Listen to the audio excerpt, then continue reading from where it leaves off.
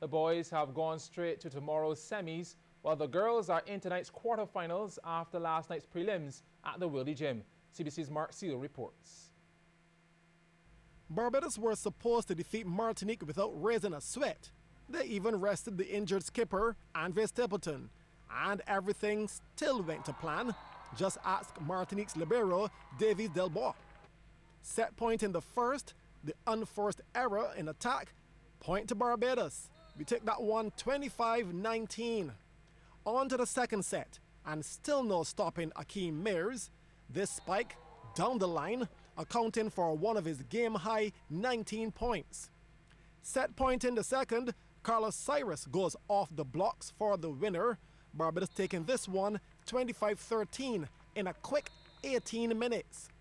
The third set, however, didn't exactly go to plan. Martinique with some fight. Ronnie Denal punching past the double blocks as part of his team-high 12 points. Martinique actually carried this one the distance. The scores locked at 24-all. But alas, the top seeds would get the next 2 points. Adam Niles with a match-winning point at 26-24 as they took the third, and the game 3-0. On now to Barbados versus Trinidad and Tobago in the girls.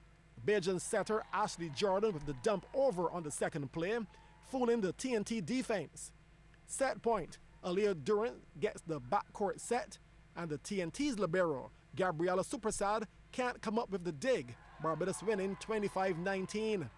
Second set, Trinidad would find a rhythm. Destiny Leon beats a diving Shantae Seal. Leon had a team-high 14 points. Set point, and Leon is there again. She taps over the overpass. Trinidad winning the second set 25-17. It's now 1-all. Third set, Barbados will take a 2-1 lead after a series of long rallies. This set lasted 28 minutes before DeAndre Small brings it to an end. Off the blocks, Small had a game-high 15. On to the fourth and what would be the final set. Seal with one of her trademark booming spikes. She had 14. As Barbados took this set 25-20 and the match 3-1. Mark Seal, CBC Sports. Well, Roston Chase is 5 away from a century as Barbados Pride had to battle back from 2 tickless positions during day 1 of their WICB PCL match against Leeward Hurricanes. Chase is on 95 as he and Kevin Stout, who made 41, had a 97-run 5th wicket partnership that took the score from 92 for 4 to 189. Well, at the close, the Pride are 272 for 6. CBC's Mark Seal reports that earlier in the first session at Kensington Oval, Jonathan Carter and Shamar Brooks had to start the recovery with the Pride on 13 for 2. Carter would have had it on his mind that there was a need for he and Brooks to stay there, but to also put some runs on the board. This cover drive for 4 helped. Brooks was lucky not to chop this one onto his stumps. The inside edge from the attempted leave alone goes past the leg stump to the fine leg boundary. Then, tongue breaks the edge of Carter, but it goes between second and third slip. More luck to Barbados, and another 4.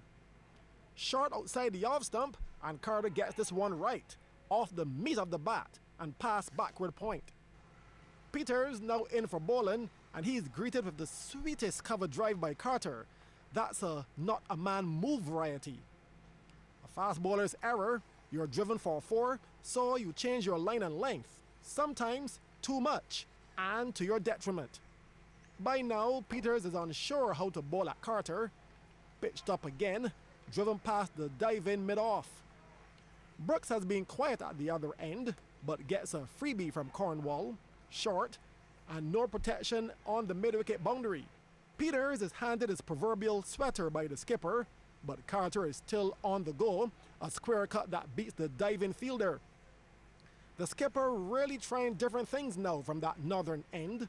More spin, but Carter is also up to this task. His 50 would come up off this open-faced drive for 2, as Barbados went to lunch 85 for 2, with Carter on 52 and Brooks on 17. Mark Seal, CBC Sports. So So scores again, the Pride 272 for 6 against the Hurricanes. Meanwhile, in the other games at Beausejour, Windward Volcanoes 205 for 7 against Trinidad Red Force. And at Sabina Park, Guyana Jaguars 189 with Nikita Miller taking 6 for 46. Jamaica Scorpions 63 for 4. Well, the semi-finals of the 2015 David Thompson Memorial Football Classic are set for tomorrow at the Friendship Ground. And we learn in this report from hard-working CBC's Mark Seal, defending champs Christchurch East Central are ready to retain their title. You guys going for the repeat, you know?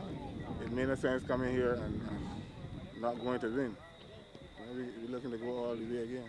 That's the message from Michael Morris, coach of defending champions Christchurch East Central, as they prepare for the most important game of the tournament to date, if they are to reach the final step for a chance to recapture the title. But he has a major obstacle standing before his team: fitness. We've been playing well, but it's only after you guys, you know, get tired, the other teams coming back into the game. So that's the main reason why we've been dominant in most of the games, you know. At least we've been scoring our chances. That's why we're winning. That's the main aim. Captain Ricardo Morris reflected on his team's horrible start to the competition, but he made it clear that the family spirit in the side has kept them on top. Starting in the groups, it was quite easy coming through the groups. But our first task was the quarterfinals against St. John Howie. We won love up to the 87th minute. And we get one opportunity and we take it. And that was the game changer. We are accustomed playing together, so it's nothing new to the guys. We gel to one another. We're a unit. We're one family. A defending champion is always the one the other teams will target the most, but Coach Morris says there's no pressure to defend their title. We always have trouble choosing teams, but as a coach, you have to know how to deal, you know, with everyone. But these guys are not that hard to train. They're talented youngsters. They just need a little motivation. And that's it.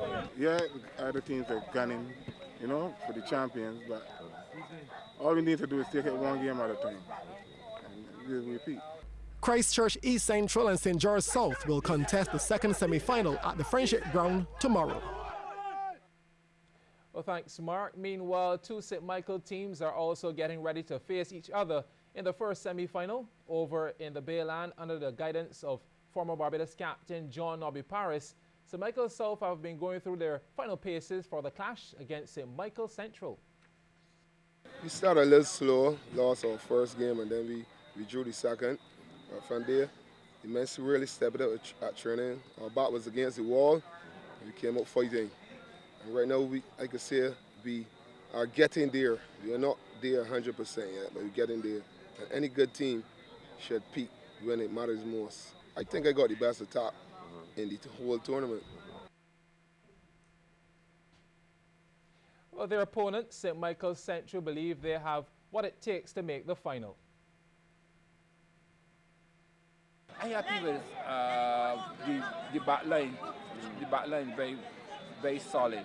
But what has happened is the forward line, we're not getting the goal that we need to get. So everything, you know, in and out, the team very balanced. But the most problem is the forward line. If we get the men scoring the goals, then we know we could go straight to the finals. And from there, anything can play there. But be looking to win it this year. Well, that's it for sports. Just before we go, I'll give you a quick update with